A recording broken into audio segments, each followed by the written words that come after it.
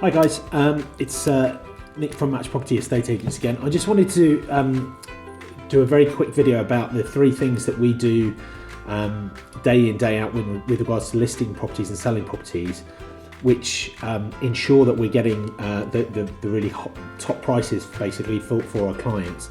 We've recently put together a guide where we explain how we're able to achieve consistently 2% over the average estate agent in the UK in terms of sale price for our clients. And a lot of people have questioned that, and they've said, oh yeah, well, you know, that sounds like just a bit of sales pitch, and we've had to explain some of the stats around that, which we've done. And this I just wanted to show you some of the research that we've done in regards to property marketing, digital marketing, online marketing, internet marketing, and how we've got really good at that, and we spent a lot of time testing and working really hard to get good at that. But also with regards to pricing strategy, which I bang on about a lot, I know, but it is so important. And I'll give you an example of, I'll just show you on my screen in a second, of an example of a couple of listings online that kind of just illustrate the perfect example of how some of the average high street estate agents, they're just applying a sort of one-size-fits-all scenario to the way that they do things, and it means that they're missing really obvious stuff that's obvious to us because we're looking at it, and we're trying to find strategies to do the best we can for our clients, and we're looking at some of these and thinking, well, hang on a minute, there's no way that's going to work, there's no way that's going to work, and there's some stuff that's just so blatantly in your face obvious, but people are just not taking that time to look. They're just being, in our opinion, perhaps a bit lazy, and they just don't care enough to get the detail right. We're not saying we're perfect, but we do try to really look at that as much as possible and work with our clients to do that. So I'm going to flick you over to my screen so you can have a look at the first one. It's just a screenshot of a couple of Rightmove listings, and the bottom one is what I want to focus on initially. So when we're looking at internet marketing, what's really important, and Rightmove unfortunately have dropped this from some of the stats that they provide to agents to allow us to monitor what we do, but one of the main things is click-through rate. If you ask anybody about internet marketing, click-through rate is really important, and click-through rate basically is the number of times, as represented as a percentage, that people that see the advert online click through to find out more information or to get more details. And that's obviously a clear indication of interest. They're seeing the advert, for example, on Rightmove, they're scrolling through all the property listings there, they see your property listing, they click on it to find out more, see more photos, get more information. So it's really important, and we work really hard on making sure that the two main criteria that are there, which is photographs and the description, really jumps out at people and stands out compared to other properties. On this particular listing, you can see they've used basically two almost identical photos as the listing photos, and the description is pretty standard. It's okay. It doesn't really do much. It doesn't really tell you what's special about that property. And when you look at that house, actually you're not ever going to imagine that it's got what it actually has got. If you click through and actually look at the photo, it's got some tremendous living space. It's really well decorated. It's got a big garden, and when you look at that property, that listing, it doesn't really jump out at you. There's many more other photos that they could have used, and there is many more words and tactics that they could have used in the description to get more people to click through on that one. The next slide I want to show you is our click-through rate currently. As I say, Rightmove don't unfortunately use click-through rate as a measure anymore, but Zoopla are still using that. And you can see with regards to that particular image that our click-through rate is really good, and that's something that we've been working really hard to ensure that is the case. So this is basically all the postcodes that we cover on Zoopla Pro, which is our Zoopla account. We can log in, we can have a look at what the stats are doing in our marketplace. We can look at what our competitors are doing, and as you can see, this is the stats for the last month. It shows us as Match Property based in EX31 in Barnstaple, and our click-through rate at the moment is just a little bit over 20%, nearly 20.5% as a click-through rate, which is the top compared to, I think it's about about 45 other agents there. So you can see that what we do is really important, and getting those details right makes all the difference. The more people that click on your property, the more viewings you're going to get, the more inquiries you're going to get, the more viewings you're going to get, the more viewings you get, the more offers you're going to get, and the more offers you get, the better price we can negotiate for you. It's pretty simple stuff really, but as I say, it's quite surprising the amount of mistakes that are being made, or the lack of care that's there, where people are listing properties with duplicate photos, or photos that are pretty much the same thing, tell the same story, and not sort of digging any deeper than that. The second really important thing is price and pricing strategy, and particularly online with marketing properties online, where you've got a lot of competition, people are scrolling through a lot of other properties. If you're going to use a pricing strategy, and this is one example I wanted to show you, again it's a similar sort of scenario with regards to the photos and the description and everything else, but more importantly it's the pricing strategy that they've used, where I think there's two massive mistakes which kind of combine to create a bit of an issue from our point of view.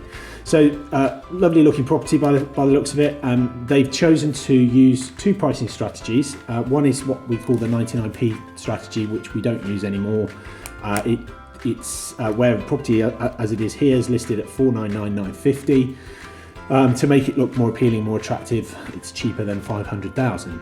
The problem with that is if you're trying to get the best price for a client, you're only going to be showing that property to those people that are searching up to 500,000.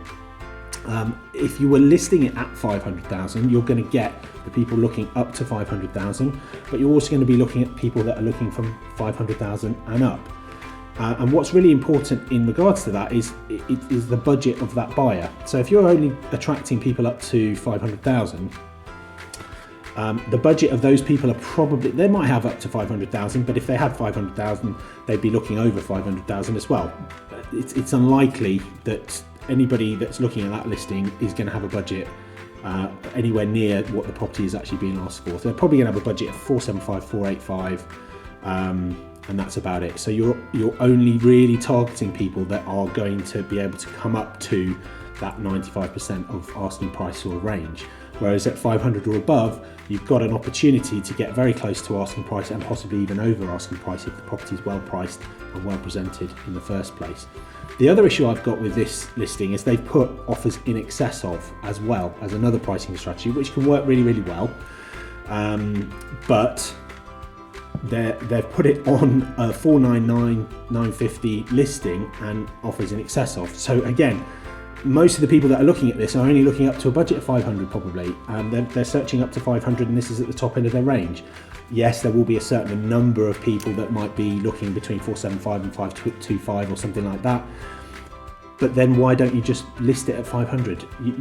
That 50 quid difference isn't enough to make someone think, wow, I've got to go and have a look at this property. And you're missing a massive chunk of the marketing potential that's there.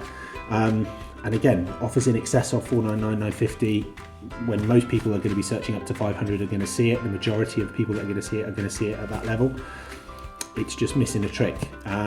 So it's just things like that can really hinder what you're doing. If you've got buyers that are coming in that can afford, they're looking at 510, 515, 525, maybe even 550. If this property needs any work or improvements, or they want to spend some money to make it how they want it to be, there's plenty of room for negotiation there. And that brings me on to the next kind of topic, which is negotiation. Your agent has got to put themselves in a really good position to negotiate on your property and get you the best price. Negotiation is super, super important. It's the unseen element of what we do. But I've seen time and time again when I've worked for previous agents before, locally, that an offer will come in and they'll say, yes, Mr. Agent, I'd like to offer 475. The agent takes that offer for 475, goes, yep, no problem at all, maybe qualifies some information, but then just presents it to the seller. We've got an offer of 475, what do you think? No, I don't want 475, etc., etc. And you go back, well, they don't want 475. Okay, and it's just a dead conversation, and you haven't got a lot to go on. If you're dealing with people who've got number one, they've got more money in the pot to play with, and you know that that's the case because you drilled down and looked at that, the conversation will be completely different. And it needs to be much more dynamic than just a standard, here's an offer, do you want it? No. You need to work with your seller to discuss what their ultimate goal is. You should know that already, hopefully, but you also need to work with your buyers and really discuss that. And there's lots of other things that you can negotiate on other than price. It shouldn't just come down to price. But if you don't have a really good understanding of that, then it's a real problem. That leads me into another very quick point with regards to negotiation, which is continuity.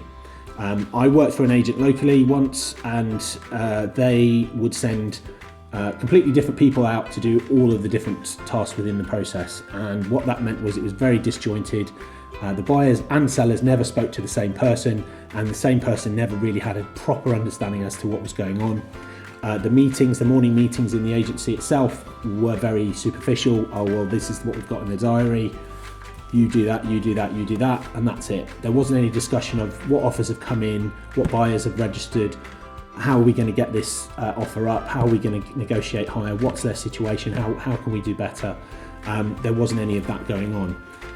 And that's really where that continuity is important. If the buyer that's done the viewing is speaking to the same person that did the viewing with them, that person hopefully in the agency has got that understanding of what their needs are, what they've said at the viewing, what their plus points were, what their negatives were. They can use that as part of their negotiation conversation, and they've already hopefully built a rapport with that person, so that person trusts them a little bit to get them a result at the end of the day. And it isn't just about trying to squeeze the highest offer at all costs. It's about trying to find a win-win situation.